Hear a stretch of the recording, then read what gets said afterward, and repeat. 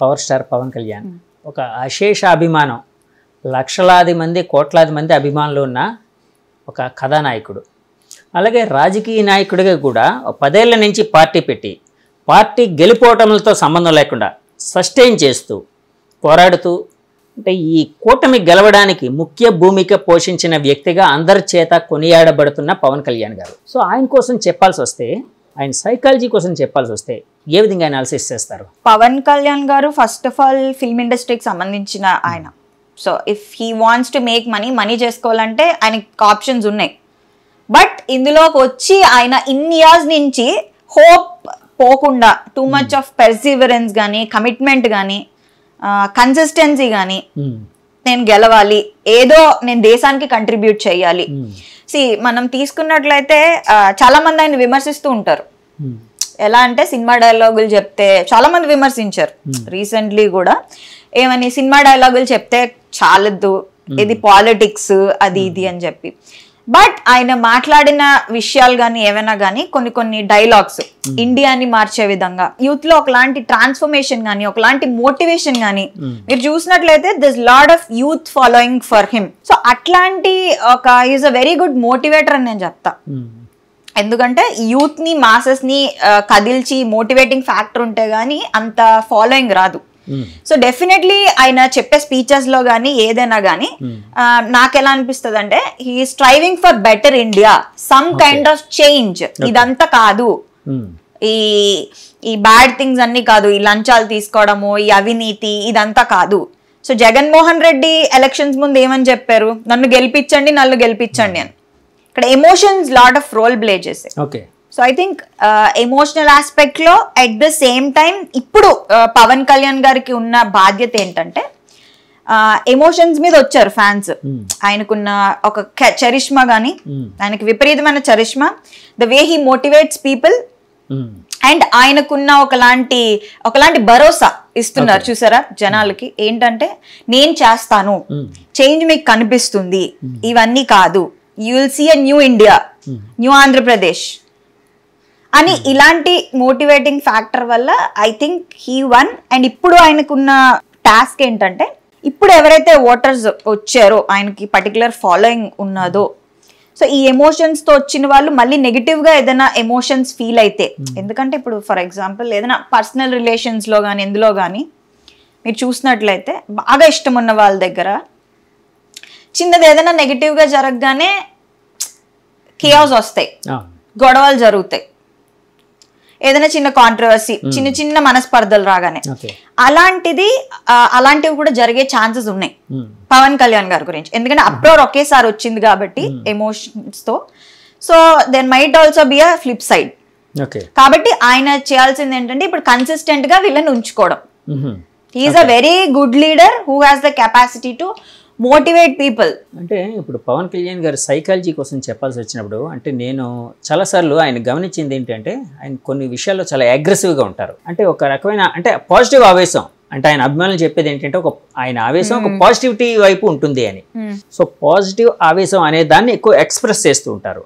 At the same time కొన్ని విషయాలకు వచ్చినప్పటికీ తను తగ్గించుకోవడానికి కూడా సిద్ధపడుతూ ఉంటారు. ఫర్ ఎగ్జాంపుల్ కూటమి అంటే టీడీపీ, జనసేన, బీజేపీ కూటమి కట్టినప్పుడు సీట్ల విషయంలోని చాలా మంది అతన్ని అంటే ఈ కూటమిని విచ్ఛిన్నం చేయడం కోసం కొంతమంది, లేకపోతే ఆయన అభిమానులు, లేకపోతే ఆయన ఇంకా ఎక్కువ అడిగితే బాగుంటుందన్న కాన్సెప్ట్ లో కూడా కావచ్చు. అంటే అలాగా అన్నది కాకుండా వాళ్ళు చేసింది ఏంటంటే చాలాసార్లు అతన్ని ప్రొవోక్ చేయడానికి ట్రై చేశారు. మీరు ఎక్కువ అడగండి, ఎక్కువ సీట్లు, మీకు 80 సీట్లు పోటీ చేసే కెపాసిటీ ఉంది ఇలా అని. కానీ ఆయన అన్ని ఒక ప్రాక్టికాలిటీ వైపు వెళ్ళి తను తగ్గించుకుంటూ కూడా అంటే ఆ ఫ్రెండ్షిప్ అనేది ప్రాపర్గా మెయింటైన్ అయ్యేటట్టు చేశారు. సో ఈ రెండింటిని బేరేజ్ చేయాల్సి వచ్చినప్పుడు ఒకవైపు అగ్రెసివ్నెస్, ఆయన స్పీచ్ చాలా ఆవేశపూరితంగా ఉంటుంది, ఒకవైపు ఆయన చర్యలు చాలా కామ్గా ఉంటాయి. దీన్ని ఏ విధంగా సైకాలజీలో చూడొచ్చు అంటారు? ఏదో డైలాగ్ ఉంది కదా, ఎక్కడ నెగ్గాలో కాదు ఎక్కడ ఓడిపోవాలో తెలిసిన వాళ్ళే విన్నర్ అని చెప్పి. సో పవన్ కళ్యాణ్ గారికి ఎక్కడ నెగ్గాలో కదా ఎక్కడ తగ్గాలో కూడా తెలుసు. సో పవన్ కళ్యాణ్ గారికి వచ్చేటప్పటికి ఏంటంటే, నేను అదే ఇందాక చెప్పా కదా, మోటివేషన్. ఓకే. సో అగ్రెసివ్ గానే ఉండాలి స్పీచెస్. ఆ మోటివేటింగ్ ఫ్యాక్టర్ అనేది చాలా మందికి ఉండదు.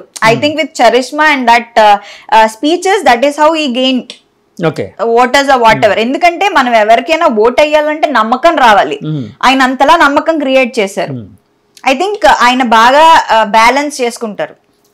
సైకలాజికల్ గా ఆయన్ని అంటే ఆయన క్యారెక్టర్ని లేకపోతే ఆయన సైకాలజీని ఒకవేళ అంటే పరిశీలించాల్సి వచ్చినప్పుడు, స్టడీ చేయాల్సి వచ్చినప్పుడు ఏ విధంగా చూడొచ్చు అంటారు? ఈ రెండు అంటే వ్యతిరేక భావాలు రెండును, ఒకటి అగ్రెసివ్నెస్, ఒకటి కామ్నెస్. సిట్యుయేషనల్ అండి. Again it comes back to being situational. Situational అంటే పరిస్థితులకు తగ్గట్టు. ఎక్కడ మనం గట్టిగా ఉండాలో తెలియాలి, ఎక్కడ సాఫ్ట్ గా ఉండాలో తెలియాలి. సో ఆయన మనుషుల్లోకి వెళ్ళినప్పుడు అగ్రెసివ్ గా మాట్లాడేవారు, ఎందుకు అది రీచ్ అవుతుంది. ఇప్పుడు నేను సాఫ్ట్ గా ఏదో సాఫ్ట్ టోన్ లో ఏదైనా మామూలుగా చెప్పాను అనుకోండి, అది రీచ్ అవ్వకపోవచ్చు. కానీ నేను దానికి ఒక ఎమోషన్ యాడ్ చేసి చెప్పాను అనుకోండి, ఒక ఎమోషన్ యాడ్ చేసి చెప్పినప్పుడు అది రీచ్ అవుతుంది. ఇప్పుడు గోల్ ఏంటి ఎవరికైనా పొలిటీషియన్ కి? To reach the common man. So common man ఎలా రీచ్ అవ్వాలి? Through emotion. సో ఆయన ఫీల్ అయ్యి ఆయన ఐ థింక్ అగ్రెషన్ కాదు, అగ్రెషన్ తో ఒకలాంటి చూసారా మీరు కొంతమంది పొలిటీషియన్స్ కానీ ట్రాన్స్ఫర్మేషనల్ లీడర్స్ కానీ వాళ్ళు మాట్లాడుతున్నప్పుడు వాయిస్ మాడ్యులేషన్ కానీ ద ఎమోషన్ విత్ విచ్ అంటే భావం ఏం చెప్తామో అది బాగా రీచ్ అవుతుంది. అట్ ద సేమ్ టైం వాళ్ళ యాక్షన్స్ అనేవి సిట్యుయేషనల్ గా ఉండాలి, సిట్యుయేషన్ కి తగ్గట్టు పరిస్థితులకు తగ్గట్టు ఉండాలి. సో ఐ థింక్ ఆయన బాగా మేనేజ్ చేసుకోగలిగారనే చెప్పొచ్చు. అలాగే పవన్ కళ్యాణ్ గారి ఆహార్యం చూసినప్పుడు ఆయన ఉంగరాలు సంథింగ్ ఏవో కనిపించాయి నాకు. ఏంటంటే అంటే ఉంగరాలు అంటే మీరు యాక్చువల్గా ఒక సైకాలజిస్ట్, అంటే నేను అంటే దైవం మీద భక్తి ఉండడం, ఉంగరాలు పెట్టుకోవడం తప్పని నేనేం చెప్పట్లేదు, నేనేం జడ్జిమెంట్లుగా ఏం చెప్పట్లేదు. వాళ్ళ అభిప్రాయం కావచ్చు, వాళ్ళ విశ్వాసం కావచ్చు, మంచి జరుగుతుందన్న ఇది కావచ్చు, లేకపోతే దైవానికి సంబంధించిన ఒకటి ధరిస్తే మనకి అంటే మనం స్వచ్ఛంగా ఉంటాం అనే ఒక ఇది కావచ్చు. సో ఉంగరాలు కొన్ని చూశాను, దానికి సంబంధించి మీరు కూడా ఆ మధ్య ఎప్పుడో ఒకసారి ఆఫ్ ద రికార్డ్ మాట్లాడుతున్నప్పుడు ఉంగరాల కోసం అన్నారు. ఏంటండి అది? ఏంటి ఎలాంటి ఉంగరాలు పెట్టుకుంటారు? ఆయన చేతికి చూసానండి, ఏ ఫింగర్స్ కో నాకు గుర్తులేదు కానీ ఒకటి తాబేలు ఉంగరం, ఒకటి కోబ్రా రింగ్, అదే పాము ఉంటుంది కదా, కోబ్రా రింగ్ ఒకటి, ఇది ఒకటి. సో బేసికలీ నాకు జనరల్ గా తెలిసిన విషయం ఏంటంటే ఆస్ట్రాలజికల్ సిగ్నిఫికెన్స్, ఆస్ట్రాలజీ ప్రకారం మనకి ఈ కోబ్రా రింగ్ ఏదైతే ఉందో it brings good luck, good luck and fortune అన్నమాట. మంచి విషయాలు మంచి జరుగుతుంది. రెండోది ఏంటంటే టర్టిల్, అదే మన టార్టాయిస్, తాబేలు ఉంగరం ఏంటంటే ఇది పాత కర్మలను కడిగేసి కొత్త పరివర్తన తీసుకొస్తుంది, ఒకలాంటి ట్రాన్స్ఫర్మేషన్ అండ్ గుడ్ కర్మస్ అంటే పాత పూర్వజన్మలో చేసిన కడిగేసి ట్రాన్స్ఫర్మేషన్ తీసుకొచ్చి ఎందులోనైనా నిలబడితే గెలుస్తారు అనే ఒక సిగ్నిఫికెన్స్ ఉన్న ఫింగర్ రింగ్స్ ఇవి. ఇంకా ఆస్ట్రాలజర్స్ ఇంకా బెటర్ గా చెప్తారు. ఇన్ జనరల్ ఆస్ట్రాలజికల్ సిగ్నిఫికెన్స్ ఇది. బట్ సైకలాజికలీ దీన్ని తీసుకుని మాట్లాడాలంటే ఎక్కడ ఏది ఎవిడెన్స్ లేదు that wearing rings has psychological impact అని. ఉంగరాలు వేసుకోవడం వల్ల వాళ్ళకి ఏదో నిజంగా వచ్చేస్తుంది, సైకాలజీ ప్రకారం ఎక్కడ రీసెర్చ్ లేదు. కానీ ఒక విషయం ఏం చెప్పుకోవాలి, సైకాలజీ అనేది సైన్స్ కాబట్టి సైన్స్ పరంగా లేదు, ఆస్ట్రాలజీ అనేది సూడో సైన్స్ అండ్ ఆస్ట్రాలజర్స్ వాళ్ళు చెప్తారు అంటే ఒక నమ్మకం, ఒక దైవత్వం అనుకోండి. ఇక్కడ అది వేసుకోవడానికి సైకాలజీకి రిలేషన్ నేను చెప్తాను ఏంటంటే, ఎవరైనా ఏదైనా అది ఫింగర్ రింగ్ కావచ్చు, లేదా గొలుసు కావచ్చు, లేదా బొట్టు కావచ్చు, ఏదైనా సరే దీనివల్ల నాకు మార్పు వస్తుంది, దీనివల్ల నేను గెలుస్తాను అని గట్టి నమ్మకంతో గానీ ఏదైనా వేసుకున్నారు అనుకోండి, ఒక ఫింగర్ రింగ్ కానీ ఏదైనా కడియం కానీ నేను ఒక గట్టి నమ్మకంతో దాన్ని వేసుకున్నాను అనుకోండి, affirmation positive energy positive vibe తో నేను వేసుకున్నాను అనుకోండి, ఫెయిత్ హీలింగ్ అంటాం. చూసారా, ఫెయిత్ హీలింగ్ అనే కాన్సెప్ట్ ఏంటంటే భగవంతుణ్ణి నమ్మండి మిరకల్స్ జరుగుతాయి అంటారు. అంటే ఆ ఫెయిత్, ఆ ధైర్యం వల్ల ఇప్పుడు బాగా క్యాన్సర్ పేషెంట్ కో బాగా ఒంట్లో బాగాలేని వాళ్ళకో ఆ దేవుడు స్తోత్రం చదువుతుంటే ఒకలాంటి ఎనర్జీ పాజిటివిటీ దానివల్ల వాళ్ళు బతికేస్తారు ఆ ధైర్యానికి.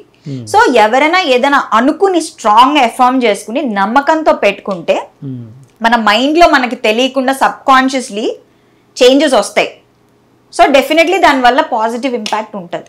సో ఏ ఎఫర్మేషన్ అనుకుంటామో డెఫినెట్లీ దాని వైపు మనం అడిగేస్తాం. ఓకే సో ఇదే మనం లా ఆఫ్ అట్రాక్షన్ అంటారు, లా ఆఫ్ యూనివర్స్ అంటారు, ఓకే ఇలా చాలా చాలా కాన్సెప్ట్ చెప్తారు. బట్ దానికి సైకలాజికల్ రీజన్ ఏంటంటే సైంటిఫిక్ ఎక్స్ప్లెనేషన్ నేను మీకు చెప్తాను.